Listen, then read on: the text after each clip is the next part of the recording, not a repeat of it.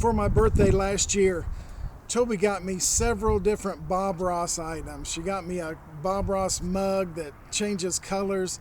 She got me a t-shirt. And one of the things that was actually pretty cool was this Bob Ross bobblehead. And the Bob Ross bobblehead, I didn't actually know what to do with it. I set it in one place for quite some time. Then I realized I want to put this in my truck. So I went out to my truck, I got some epoxy, and I actually glued it to the dashboard of my truck. This Bob Ross bobblehead was pretty cool. You could push a button and it would say several different Bob Ross phrases. Well, one day when Toby jumped in the truck, she was playing with a bobblehead and she knocked Bob Ross's head off. And so we put it back on, but from that point in time, the head just didn't stay on very well. And a couple of weeks ago, when I was actually recording one of these 6-minute videos in my truck, I set my computer on the dashboard and I knocked Bob's head off and went in the floorboard, and I go, well, I'll get it in just a little bit. Well, of course, I forgot about it. And we went several places, and I looked up and I realized, oh, I need to get that Bob Ross bobblehead. So I went in the truck, I looked all over the floorboard, I couldn't find his head anywhere. So I realized that I must have knocked it out of the truck at some point, or maybe Toby had knocked it out of the truck at some point.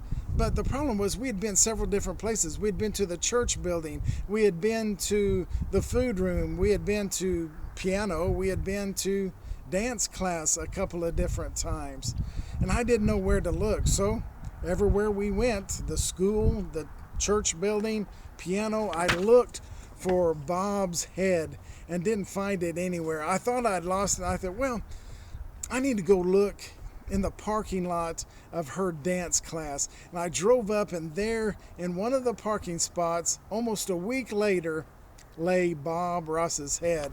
So I put his head back on his body with a little epoxy this time, and Bob once again sits on my dashboard ready to give me encouraging phrases like, there are no mistakes, there's just happy accidents. Of course, I wouldn't call the Bob Ross bobblehead a great treasure. It is to me, obviously, because I looked for it in so many places, but it was because Toby gave it to me. But there is a biblical parallel with this search. Luke 15 verses 8 through 10 says this, or what woman, having 10 silver coins, if she loses a coin, does not light a lamp and sweep the house and seek diligently until she finds it? And when she has found it, she calls together her friends, saying, rejoice with me, for I have found the coin that I lost. Just so I tell you, the angels of God rejoice over one sinner who repents. This is actually one of several parables that talks about lost and found. This parable is smack dab in the middle of two other parables, the parable of the lost sheep and the parable of the lost son. In fact, I would actually like you to either pause this video or right after it's over, go back to Luke chapter 15 and read all three of those parables. It doesn't take much brain power to figure out that Jesus is trying to tell us something important with these parables.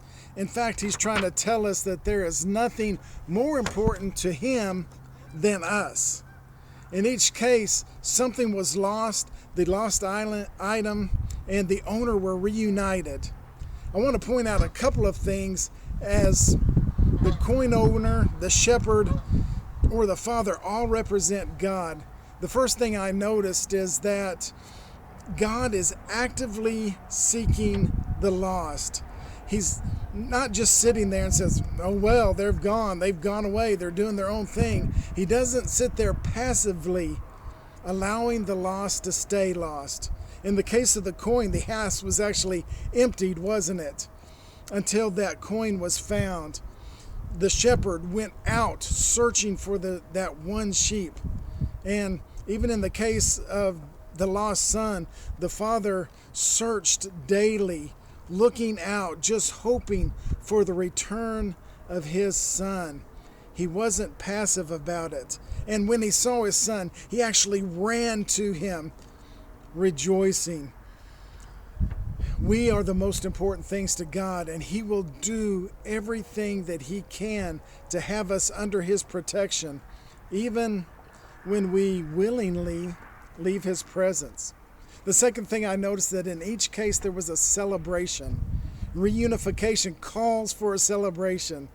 God's greatest joy is having us with Him. It is not just, hey, glad to have you back, or good to see you. It's been a while. It's, woohoo! This is awesome! We are together again, and I never want us to be apart. He proved this by sending us the Good Shepherd, His Son, who gave His life for the sheep. God celebrates when we return to Him, and there's nothing that we can do that will stop that celebration. There's also one other thing I realized while studying these parables. This is not a one-time thing. God would go through the same process again with the same determination and the same excitement if we were ever lost again. Then we return to the Father. Of course, with this understanding, one would have to ask that question, why would I ever want to leave? Next week, I actually want to look at a couple of more parables of what you might call the other side of the coin.